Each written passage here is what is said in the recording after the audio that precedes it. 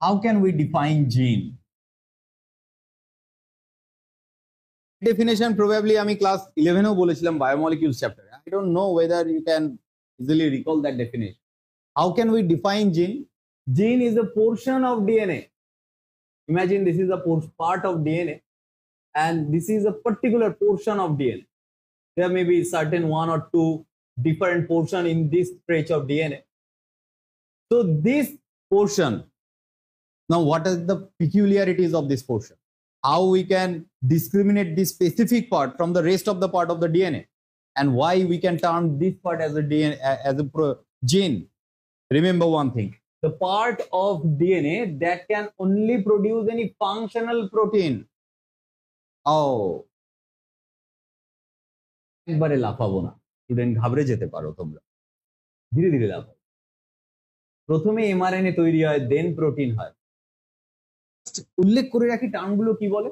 এই প্রসেসটা এখানে যেটা টেক পার্ট হয় সেটাকে ট্রান্সক্রিপশন বলে।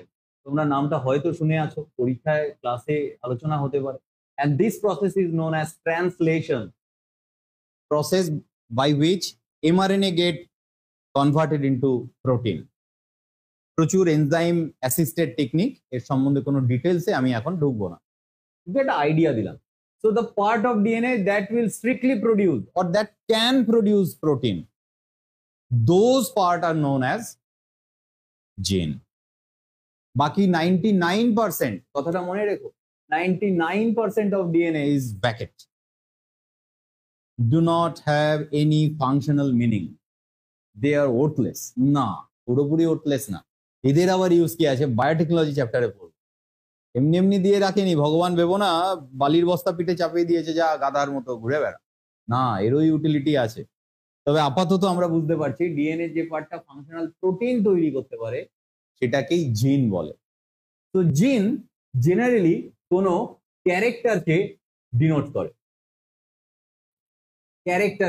করে, চুলের টাইপ, ব্লাড গ্রুপ, চোখের colour, this are the different characters. গায়ের রং, আমার শরীরে ইনসুলিন কতটা তৈরি হবে, কখন হবে, কোনো হরমোনাল ডিফেক্ট আছে কি নেই, ফাংশনাল কোনো হরমোন ঠিকঠাক তৈরি হচ্ছে কিনা, দিস আর অল ক্যারেক্টার্স। এটা ডিটারমাইন করে জিন। এবার ক্যারেক্টারের তো অনেক সাব পার্ট আছে, খেয়াল করো মানুষের কি কি কালারের চোখের রং দেখেছো তুমি? বেশ কিছু কালারের ভ্যারিয়েশন তোমরা জানো, ব্রাউন আছে, ব্রাউনের আবার শেড আছে, হালকা ব্রাউন, বেশ মিষ্টি লাগে দেখতে, গ্রিন, গ্রেইশ, ব্লু, ন্যাচারালি পাওয়া যায় এগুলো মানুষের মধ্যে। এবার আমি ধরো তর্কের খাতিরে শুধু দুটো মাত্র ক্যারেক্টার যদি নিই, বেশি নিলাম না, অত লিখে সময় নষ্ট করে লাভ আছে। ধরো ব্রাউন আই কালার আর ব্ল্যাক আই কালার, কার ক্যারেক্টার? আই কালারের ক্যারেক্টারটার নাম আই কালার, এটা হলো তার সাবটাইপস। এগুলোকে কি বলে জানো? এগুলোকে বলা হয় traits. So how can we define traits? Traits are different subtypes of any character. আরো বোঝাবো, চুলের টাইপ, কালার না, চুলের type, not colour of the hair, type of the hair. দু রকমের একটা বলি, একটা হলো স্ট্রেট আর একটা হলো কার্লি, হলো কিনা টাইপ? তাহলে type of hair, this is character. Whether it is straight hair or curly hair, it is a subtype of the character, that is trait. Color of hair, this is character. Whether it is black or brown or blondie, this is a different subtypes. Clear? Character. আমি ফর্সা আর হই না হই ভাবতে কি আছে, সেটা কি ট্রেট। ক্যারেক্টারটার নাম তাহলে কি হবে? Skin colour of human. তো ব্যাপারটা আশা করি তোমরা বুঝতে পেরেছো। Now tell me, who are the substance that determine the traits under the character? Character is always represented by gene.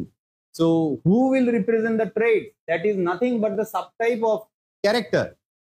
These are alleles. So how can you define alleles? Allele সবসময় প্লুরালে লেখা উচিত, অ্যালিল কখনো একটা হয় না। একটা যদি হয় আর কোনো জীবের যদি কোনো জিনটা যদি সাবটাইপস না থাকে তাহলে জিনকে জিনই বলবে, আর ন্যূনতম না হলেও দুটো তো থাকতেই হবে।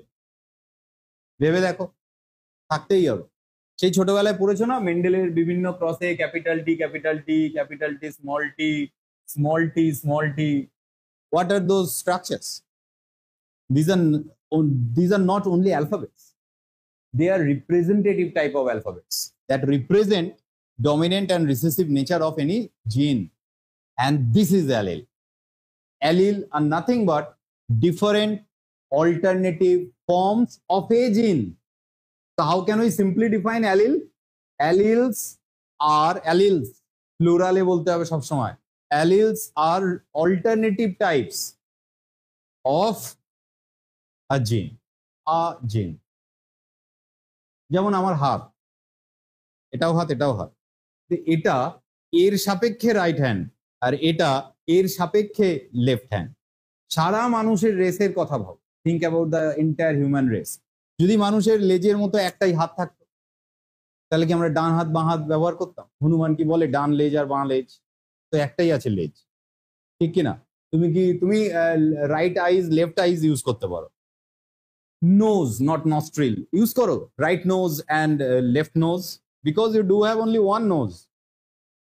ঠিক সেরকমই কারোর সাপেক্ষে কেউ রাইট আর লেফট হয়, সেরকমই অ্যালিলস অল্টারনেটিভ ফর্মস কোনো একটা জিনের। তো সেটা কিরকম থাকে? এরকম স্ট্রেচ অফ ডিএনএ ধরো,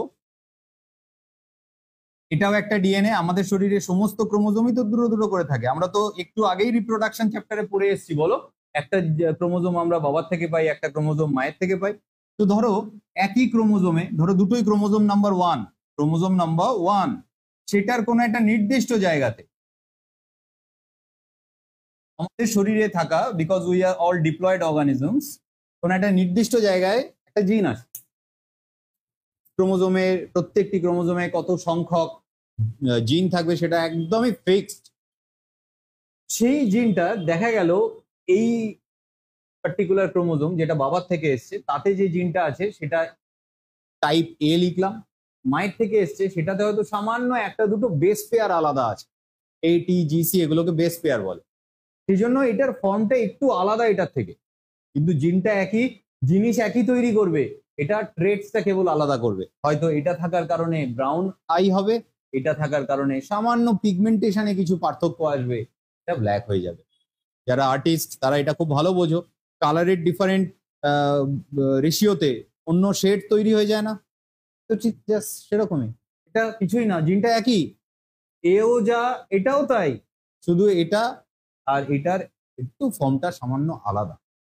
এটা আর এটা দুটোই হাত, দুটো দিয়েই আমরা কাজ করতে পারি, কিন্তু এটার থেকে এটা স্ট্রাকচারালি একটু আলাদা, জাস্ট লাইক দ্যাট। তো এটা কোথাও পাশে লিখে রাখো, জিন রিপ্রেজেন্ট ক্যারেক্টার, অ্যালিলস রিপ্রেজেন্ট ট্রেটস। এটা অনেক স্টুডেন্ট বোঝে না, যেটাকে আমি ক্ল্যারিফাই করে দিলাম। আচ্ছা ভালো কথা, এই প্রসঙ্গে যেহেতু একটা কথা উঠলো বলেই দিই, the portion where any particular gene is found to be located on any specific chromosome is known as locus. এটা তো পরে আছেই, কোথায় যেন আমি লিখেছি, হেয়ার ইট ইজ, বলতে হতোই, যখন ছবিতে এঁকেই ফেলেছি একবারে বলেই দিলাম। লোকাস কি? ক্রোমোজোমের কোনো নির্দিষ্ট জায়গায় যে নির্দিষ্ট জিনটা থাকে।